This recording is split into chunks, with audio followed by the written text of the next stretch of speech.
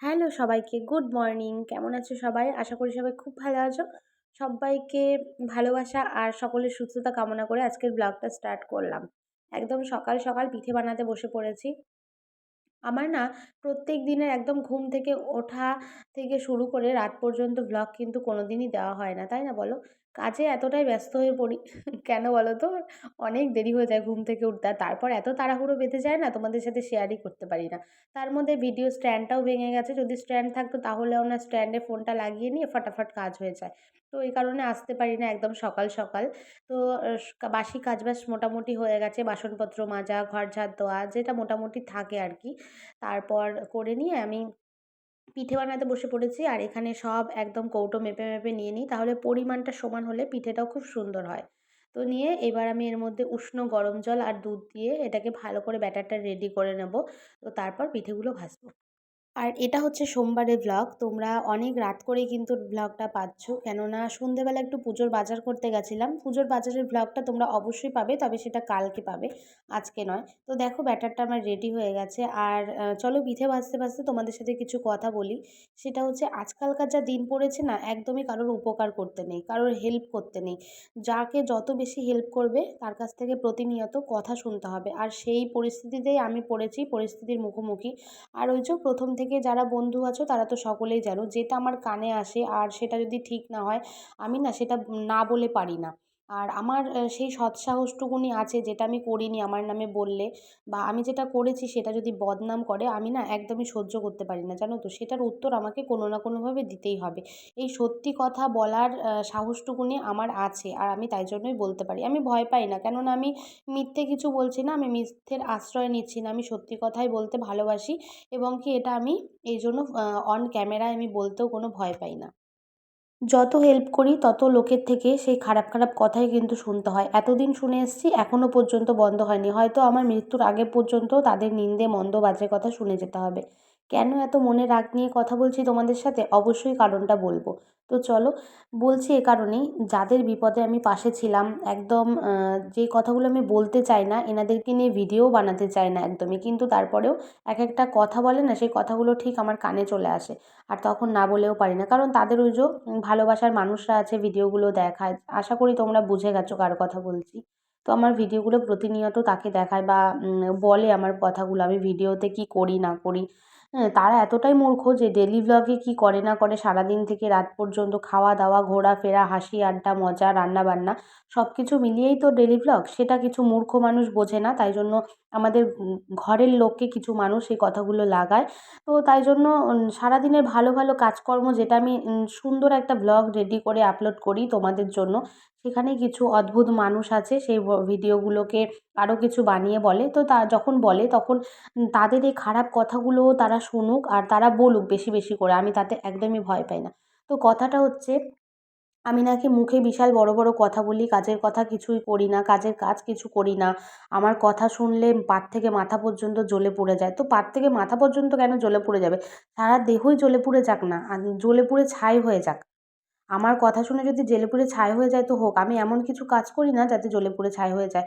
তাদের এত বড়, বড় কথা, অথচ কাজের নামে তো লবডঙ্কা। আমি এত হেল্প করেছি, অসুস্থ বেলায় আমি যা করেছি আমার ছোট্ট বাচ্চা নিয়ে, তখন তো মেয়ে ছোট ছিল।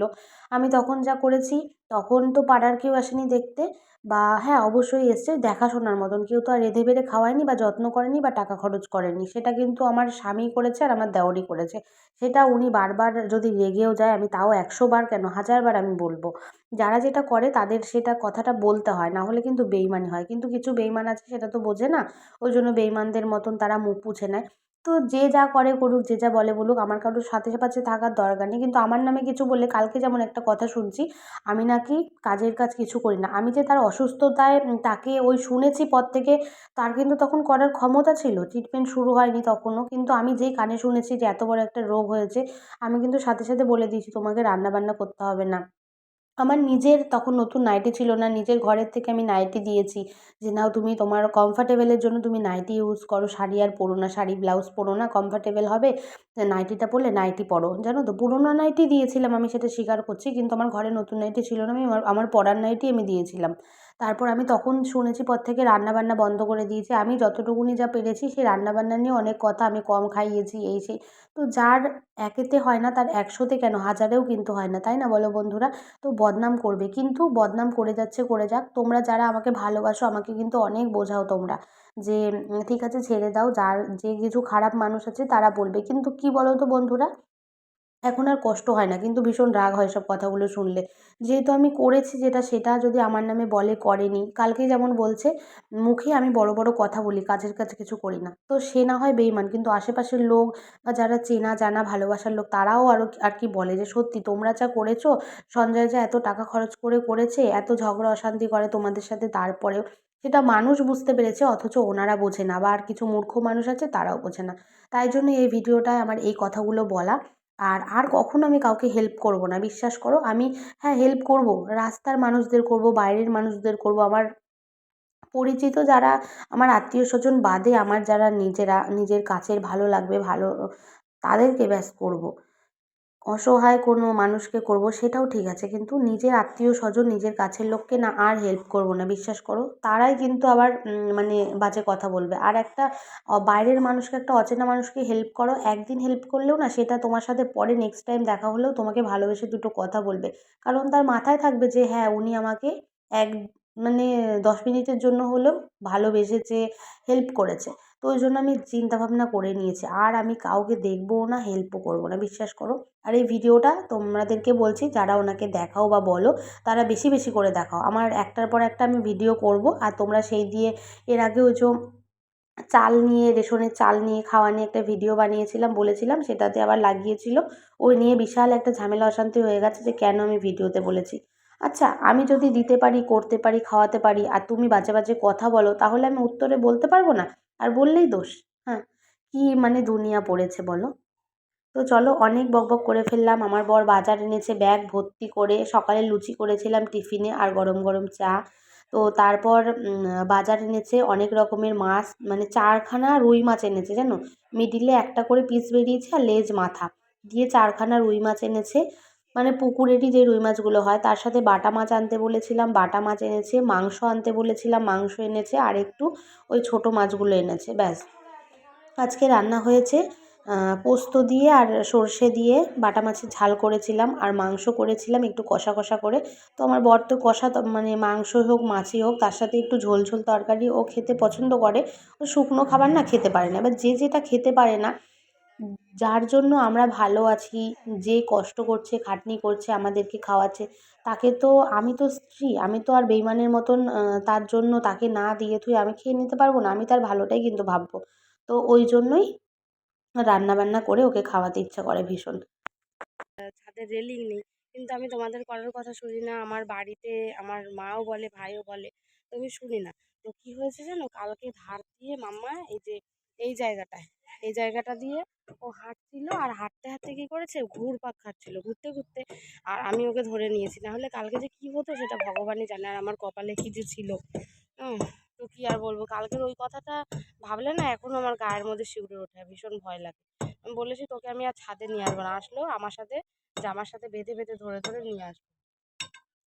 তো ফুল গাছগুলো সব ওই পাশটায় ছিল, আর এই পাশে নিয়ে এসেছি, কেননা এখন এই গরম পড়ে গেছে, আর এই রোদের তাপে গাছগুলো না হলে নষ্ট হয়ে যাবে। কালকে গাছের গোড়া সব পরিষ্কার করে খুঁচিয়ে মাটিগুলো সব এক জায়গা হয়ে থাকে সব করে গাছের গোড়ায় সার দিয়েছি। এইসব, এই গাছের গোড়া, তুলসী গাছের গোড়াটা শুকিয়ে গেছে। আর এই যে বেগুন গাছে ফুল এসছে, এই যে লঙ্কা গাছ, এটা হলো রাস্তা থেকে তুলে নিয়ে এসেছিলাম, এই দেখো ফুল হয়েছে, জানি না এটা লঙ্কা হবে কিনা। আর এখানে নীলকণ্ঠ চারা বীজ ফেলেছিলাম, চারা হয়েছে। আর এটা হচ্ছে বেলি ফুল, কি হবে জানি না। এটা হলো অ্যালোভেরা গাছ। এটা হচ্ছে নয়নতারা। নয়নতারা গরমের সময় অনেক ফুল ফোটে, এখন তো বন্ধ হয়ে গেছে। এগুলোর গাছের গোড়া সব খুঁচিয়ে আমি সার দিয়েছি। তো এটা হচ্ছে 4টে ঘড়িতে বাজে বিকেল, আর আকাশটা কত সুন্দর হয়ে আছে তোমাদের সাথে একবার শেয়ার করলাম। তো চলো, আজকে অনেক বকবক করে ফেলেছি, রেগে অনেক কথা বলে ফেলেছি। তবে সেই কথাগুলো সত্যি কি না তোমরাই কমেন্ট করে বলবে। আর ওই যে মূর্খর দল কিছু আছে, তারাও ভিডিওগুলো দেখো। আর চলো, টাটা, বাই বাই।